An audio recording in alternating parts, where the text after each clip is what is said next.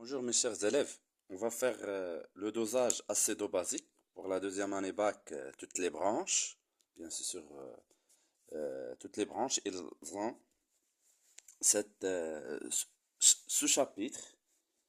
Euh, il y a une petite différence dans les exercices. La différence se trouve au niveau des élèves des sciences maths. Il y a des exercices qui demandent un peu des maths, mais le cours c'est le même. Alors ici, on va faire une petite présentation de dosage et on va travailler des exercices dans cette vidéo. Alors, voyons voir s'il vous plaît toujours dans le chapitre dosage acido-basique. Alors, c'est quoi le dosage ou bien le titrage? Le dosage ou bien le titrage, on a déjà vu ça lors des transformations euh, du suivi temporel.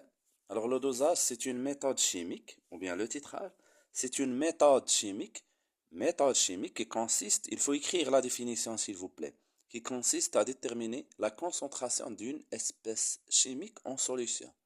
Il faut écrire et il faut apprendre la définition que je viens de dire. Bien sûr, voilà la définition. Alors, quelles sont les caractéristiques de la réaction de dosage?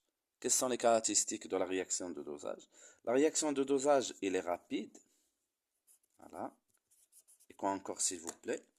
Il est total et il est sélective. Sélective ou bien unique. On peut écrire sélective ou bien unique. Alors, c'est-à-dire quoi rapide? La réaction atteint son état final dans un bref délai. La réaction atteint son état final dans un bref délai. Total, c'est-à-dire comment on peut dire que la réaction est totale. C'est-à-dire au moins l'un des réactifs disparaît à l'état final. Ça, c'est la définition de la réaction totale. Mais comment on peut dire qu'une réaction est totale? Par taux égal à 1 ou bien la constante d'équilibre K qui est égale à QR équilibre, il est supérieur ou égal à 10 à la puissance 4. Et comment on peut dire, ou bien c'est quoi une réaction qui est sélective? C'est-à-dire l'espèce chimique titrant ne réagit qu'avec l'espèce chimique titrée. Donc on aura une seule réaction au-dedans du mélange réactionnel. Donc voilà les caractéristiques de la réaction de dosage. Alors maintenant on passe au montage expérimental. Alors pour le montage expérimental, j'ai déjà le cours. Si vous voulez ce cours, n'hésitez pas de me demander. Je vais vous laisser dans la description sous forme de PDF. Voilà normalement la situation de départ, notre objectif. C'est-à-dire par exemple l'objectif que j'ai fait avec mes élèves, c'est-à-dire déterminer la signification de ces 500. Par exemple l'aspirine. C'est quoi ces 500 ou bien ces 1000, ainsi de suite. Voilà la définition que je viens de dire, les caractéristiques, et voilà ce qu'on va faire maintenant, ce sont le montage expérimental. Alors bien sûr, il faut savoir le matériel, en commençant par ça. Alors, ça, c'est un support. Alors cet appareil viré, c'est une burette graduée. Il faut apprendre ça, il faut savoir représenter ça. Alors, bien sûr, ça, c'est un robinet de burette en versant peu à peu. Alors ça, c'est un bécher. Très bien. Alors, ça, c'est un agitateur magnétique. Agitateur magnétique. Très bien. Ça, c'est un pH mètre. Et l'appareil associé ou bien lié au pH mètre qui se trouve au-dedans de la solution, c'est une sonde, mais il vaut mieux dire électrode. Électrode. Très bien. Alors, cette particule, ou bien ce bout de, c'est un aimant, ça c'est un aimant, ou bien un barreau aimanté. Un barreau aimanté. Très bien. Alors, voyons voir, on a déjà terminé le matériel. Maintenant, il faut déterminer les solutions. Normalement, la solution qui se trouve dans la burette, c'est la solution titrante. Et la solution qui se trouve dans le bécher, c'est la solution titrée. Mais il ne faut pas dire ça. Et juste ça. La solution titrante est d'après les données. Et d'après les données, il faut, il faut dire son nom. Est-ce que c'est clair? Il faut dire son nom. Et on doit savoir que sa concentration, elle est connue. On titre avec une concentration connue. Mais la solution titrée, on cherche à calculer sa concentration. Ici, on doit dire le nom de la solution titrée et sa concentration, elle est inconnue. C'est l'objectif ou bien c'est la définition du titrage. Donc le matériel ici, comme je viens de faire, il faut l'apprendre. Très bien. Alors, on passe maintenant aux exercices. Bien sûr, je vais vous donner un certain truc. C'est-à-dire quoi ce truc? Les phrases que vous allez voir dans les exercices. On dose.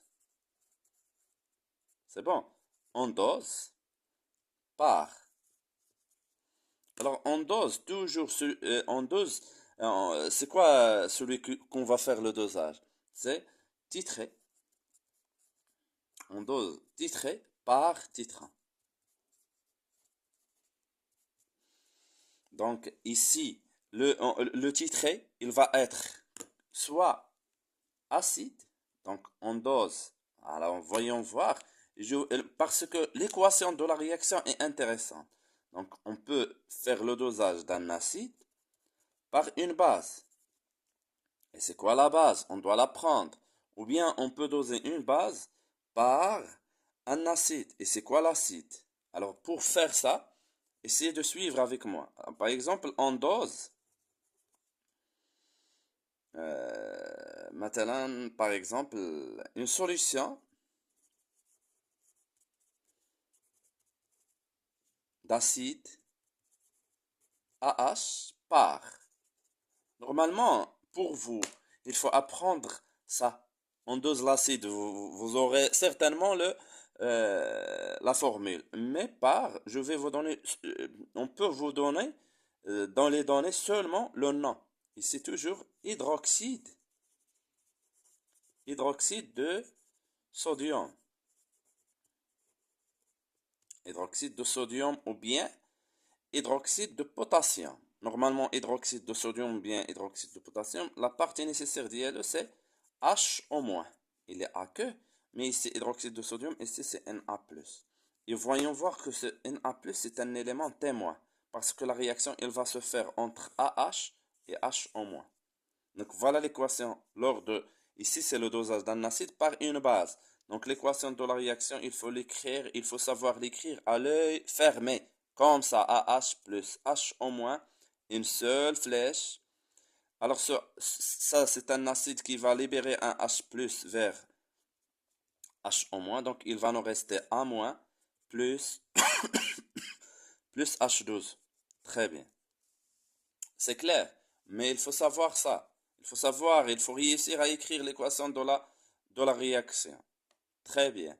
Alors, un exemple. Par exemple, HCOOH plus H au moins. Donc, il va vous donner HCO au moins. Ce H, il va être gagné par H au moins pour donner H12. C'est clair?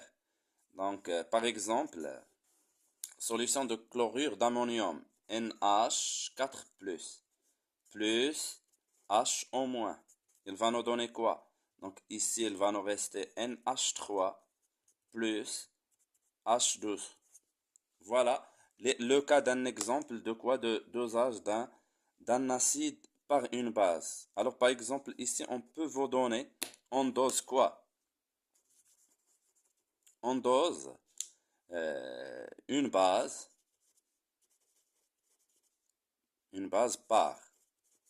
Normalement, la solution, c'est toujours l'acide chlorhydrique ou bien chlorure d'hydrogène par une solution de chlorure, chlorure d'hydrogène. Le nom, certainement, vous aurez l'opportunité de l'avoir dans les données. Mais il faut apprendre la formule. La base, par exemple, B, et chlorure d'hydrogène, la solution, c'est H3O+, plus Cl-. Donc, en dose, donc la base BC, titrée par H3O+, c'est titra. Donc, il faut savoir écrire l'équation. Alors, je dis bien que Cl- comme Na+, c'est un élément ou bien c'est un néant témoin. Mais la formule de chlorure d'hydrogène, il faut la prendre. Et la formule d'hydroxyde de sodium, il faut la prendre. Donc ici, l'équation de la réaction, c'est B, plus quoi? Plus H3O+, une seule flèche. La base, il va gagner un proton H+. Donc il va devenir BH+, plus il me reste H2. Est-ce que c'est clair? Donc ici, qu'est-ce qu'on va faire, s'il vous plaît? Alors le dosage de quoi, par exemple?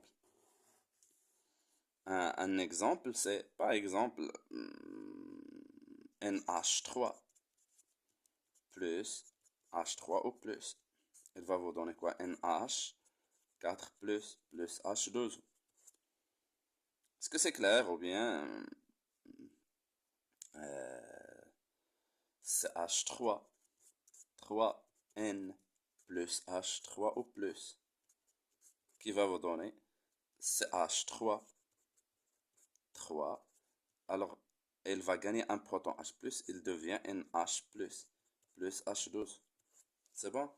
Donc, bien sûr, dans le cas de dosage d'un acide par une base et dans le cas de dosage d'une base par acide. Bien sûr, c'est déjà, il faut savoir écrire le tableau, l'équation de la réaction.